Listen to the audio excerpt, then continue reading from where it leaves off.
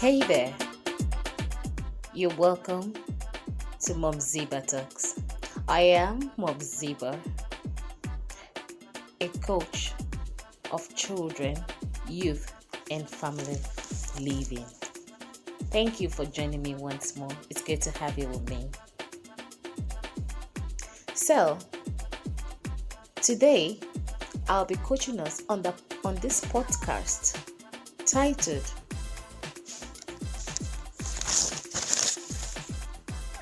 14 Biggest Mistakes that Destroys Love Life. 14 Biggest Mistakes that Destroys Love Life. Love life is a very, very beautiful scenario that many people always engage in. At least about 95% of people engage in love, in a love life relationship. So it's a very, very key discussion. It is something that is practical and also something that is, trending in our society. There are many mistakes that people do that thwarts their relationship or their love life. So this is it. Have you ever wondered where things went wrong in your relationship? Have you ever thought about it? Have you ever put it into consideration? Especially for people who are already married, or people who are already living together. You're thinking, where have things gone wrong? Or are you currently as a youth, you're preparing for marriage and you're in a relationship? Do you notice that the love life you're sharing together, the smoke of love between you and your partner is going down, and you're wondering what is happening lately? What is it my fault? What is it his fault? Here are some possible mistakes that you need to check out or be careful about. If not, it will wreck your relationship. It will. I'm talking from life experience, and it's very, very practical.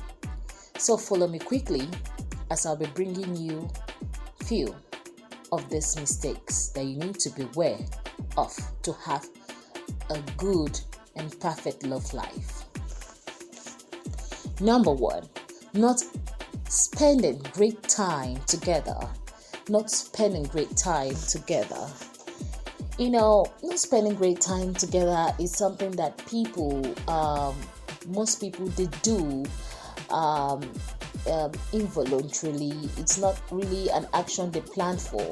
Maybe due to they find that the setting they find themselves, especially when they are in a working setting, or in a scenario whereby the guy or the man is a working class and is a workaholic. He always work and get carried away with work, and sometimes come out as late as 2 a.m. in the morning or 1 a.m. in the morning, and the wife or the fiance or the fiance or the girlfriend is always, she's this, she doesn't have a work she does outside. She just maybe she work with her system at home or a laptop at home, or she's just there. So it is very, very important that you try to put this into a likely challenge or something you have to look at. It's very, very necessary. Not spending great time together, it affects relationship, especially in quote long distance relationship. There are types of relationship. A relationship whereby the man is living in Los Angeles and the girl or the woman in question is living in Nigeria, and they hardly see themselves, let alone spending time together. So you'll agree with me that relationship is going down to a shipwreck. So it is very, very necessary that you check this out. If you are wondering what is wrong, you can likely check this out and be careful of it. Quickly correct yourself and get back on balance.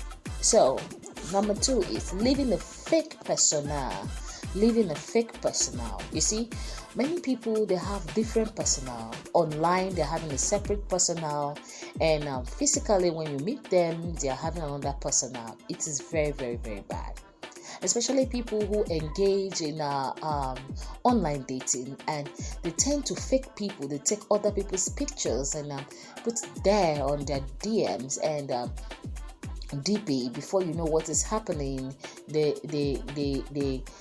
when the guy or the man comes to meet them, maybe they've been in a relationship for a long time or for some time, and they don't really know each other. When they come together to know themselves, they tend to see that it's quite another ball game. It's different from the one they used to play before. So it's very, very necessary that you stop living, if you have been living a fake persona, so you can have a healthy and long-lasting love life. Trust me. And it can also lead to dishonesty, so you have to live a life that is real. So the third one is not using the assurance word, at least periodically. Not using the assurance word. There are many assurance words. See, there is something about you going to a relationship, and there's something about you keeping it. There are two different things. You can be in a relationship, you can go into a relationship. When you go into it, you feel so beautiful about it, but there's something about being in love. There's something about being in the love life, being in the trend of love, being in the love itself with time that progresses. So it is very necessary that you use the assurance word at least periodically, like I like you, I love you, thank you for being there for me, thank you for loving me, thank you for loving someone like me. You are the best. I love you. You are all I ever needed. Where have you been all my life before now? You can do this. Let it be at least 2 times in a week. It's not, some people try to keep this away, maybe for self-defense. They feel that when they keep on saying this, the man or the woman will take them for granted. Yeah, doing something in excess is not always good, and doing something in a low portion of it most time, it's not always good. So you have to balance it at least 2 times in a week. But sometimes I will advise you do that almost virtually every day for couples who are married, and maybe for fiancé who they live, especially far away. It is very, very good you engage in this discussion. It helps to build a romantic scene in their mind about you. It gives them that romantic scene about you. So it is very, very necessary that you start to create assurance words, start to put it in practice, be practical about it with your spouse or your partner. So the third one is insecurities, raising suspicion, tracking the your spouse's phone, maybe through tracking their social media platform, Facebook, Instagram, and many things, putting tracking on it, and also passwording your own phones, lying consistently to your spouse, and when she found out or when he finds out, you cook up stories to cover it, and some stories that can never even cover it because they can see it glaring. It's very, very glaring before them. So even keeping your statement of account from your spouse, especially when you're married, all this the under the quote of insecurity. They are not supposed to be so. When you're in a relationship with a woman you're married to, you don't supposed to keep your account from her. You're supposed to let her know. As a woman, you don't have to have a private account somewhere, except the fact that the man maybe is a spender, he always spends, or the woman always spends anyhow. But there are ways you can go about it. You can put on strict rules. Baby, I don't want to touch this amount, but this is what we have here. It's for rainy days. Come on, she'll understand. She cannot put her hands in your ATM to go and withdraw money, and that would be very, very very, very bad. So she won't want to do that, or he won't want to do that. But it's necessary that you're free with each other. There should not be insecurities in any relationship, because it's a very, very big mistake. You don't have to do that in your relationship. The fifth one is belittling your partner, or taking your partner for granted. Some people normally do that, especially in Africa setting. They tell the man, or they tell the woman, you are a woman, so you don't need to talk here. When they're engaging with their friends, or when they're watching sports, or when they're watching seriously, they tell the woman, go to the kitchen, you're not supposed to be here, and you're not supposed to be talking or giving anything, a form of anything that you should know. You don't have to put a talk or put your discussion. You don't have to be in this discussion, So it is very, very bad. You belittle your partner, and in some cases too, especially when your partner is submissive to you. Men, especially your wives, are submissive to you. You tend to belittle them. You tend to look down on them. They are submissive to you. They don't put on some things. They are not half naked because they want to respect you. They want to cover what they feel that is your entitlement. And at the end of the day, you end up looking outside, and your PA that is working with you is half naked in the office, and tomorrow you tell her that, I'm so sorry, I cheated on you, I didn't mean to. Is the devil's handwork? Man, that is a whole lie. So you must not take your wife for granted. You must not take your husband for granted. Okay? The fact that your husband doesn't raise his hands on you, the fact that your husband gives you everything, does not mean you should lie to extort money from him. So that is what it is. You don't have to lie. As a youth, as a fiancé, you don't need to lie to your spouse that you need money for something. Your mother died, when it's not true. Your father died, because when he or she gets to find out all those things, there's a problem. There are different ways people express themselves. Some can go cold on you. Some can become violent with you. Some can start to cheat so that you can know they're cheating.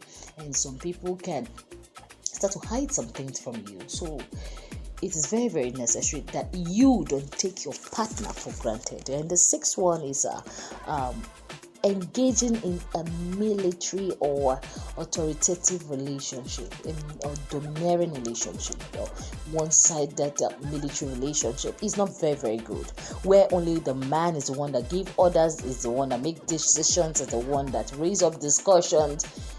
You don't first and foremost go into a relationship with such person, should in case you never knew that he had such a characteristics in him. But when you notice, and you're still being fiancé, your courtship level, there is a need for you to point it out and tell him to work on it and adjust himself or herself before you get into marriage with him. Because brother, sister, relationship or marriage is a course that you receive certificate before even starting the course. So you must be very, very careful about that point. And if you're in a relationship that the man is always like a militant, or the woman is like a military woman, there is a need for you to encourage him or her to attend some seminars that he or she can be impacted with positively. And also spiritually, you can engage him or her in prayers, take him or her to God in prayers. But prayers most times with characters is a long thing, but still believe in God and it can change him or her. So that's it. And the seventh one here is don't engage in double dating. For younger generations, like for people in courtship, don't engage in triple dating, double dating. It's very bad, because when your partner finds that out, the trust level is gone. It can take you a long while to build it again, because trust is earned. You don't impose people to trust you. You earn it. So don't double date. Don't triple date. Is it something like fourple date? Sorry about that. So, but all worker. No play makes Jack a dull boy. So don't double date, and don't, as a husband, don't engage in infidelity. Don't do it. Don't have mistresses outside. As a woman, don't have guys outside, because when your husband gets to find out, your wife gets to find out, wahala day, like Nigerians will say, there is a problem there. So, so that is it. So, and also, lastly, is as first and foremost, also, you must know that you should first and foremost love yourself. I'll have take this first, but thank God it's still coming now. Love yourself. Have self-love, because let me tell you, it's the problem of many relationships. Most people don't love themselves. They feel that when I go into a relationship, I'm loved by my partner, so with that I'll feel okay. No, you are making a very, very serious mistake. You must love yourself first. Engage in self-love is very, very necessary. If you don't love yourself, you will end up losing everything you have. Trust me. I'm telling you, from what I've learned from people, you will end up losing it. Your value will be gone, because your partner will notice that you don't love yourself, and he will force you to do everything that will please him or her, and you'll be dancing to his song till you totally lost everything and you become demean and nothing before him. So it is very, very important that you love yourself. Take pictures of yourself, love yourself, love everything about you, love what God has made about you. Love your hair, love your complexion. Don't go and tone your skin. Love yourself, love everything God has given to you. Love the course you studied. Love your passion. It doesn't matter who else, whatever anybody thinks about it. All that matters is what you think about it and where you're looking at getting to. So that is all what matters. Love yourself. Love yourself. Self-love first. If you don't have self-love, your relationship is going to damn a shipwreck. So when you have self-love for yourself, it boosts your self-esteem and your confidence in yourself, and your partner can never toss you up and down. Trust me, just try this. It works like magic. So I know you've learned a lot. So to learn more on this, as I told us that we have 14 biggest mistakes that destroys love life. So I know you've learned a few from me within this period. So I'll encourage you, if you want to learn more, it's really, really helping. It's a lifesaver. Just go quickly to MUMZIBAH.blogspot.com, where you have to learn more and more about it. Thank you so much. You can also follow me on my radio channel. Listen to my radio 12345.com. Touch that dial and you get straight to MUMZIBAH to hear more interesting and funny relationship discussion that can spice up you, spice up your body, spice up your thinking, spice up your family, your relationship, and everything about you. And also you can drop your comment after reading, after going through, to express how you felt about it and your contributions. You never know, anyone can be passing by and read through the blog and see your comments, your contribution. I can learn from it too. You can also follow me on Instagram at MUMZIBAH, and you can also follow me on Facebook at MUMZIBAH, and that is it. So thank you so much. You can also keep on joining me Apple Podcast and iTunes and Deezer and Google Podcasts, where you can see more about MUMZIBAH Talks. Thank you so much, and learn beautiful things. Till next time, I am MUMZIBAH. Thank you.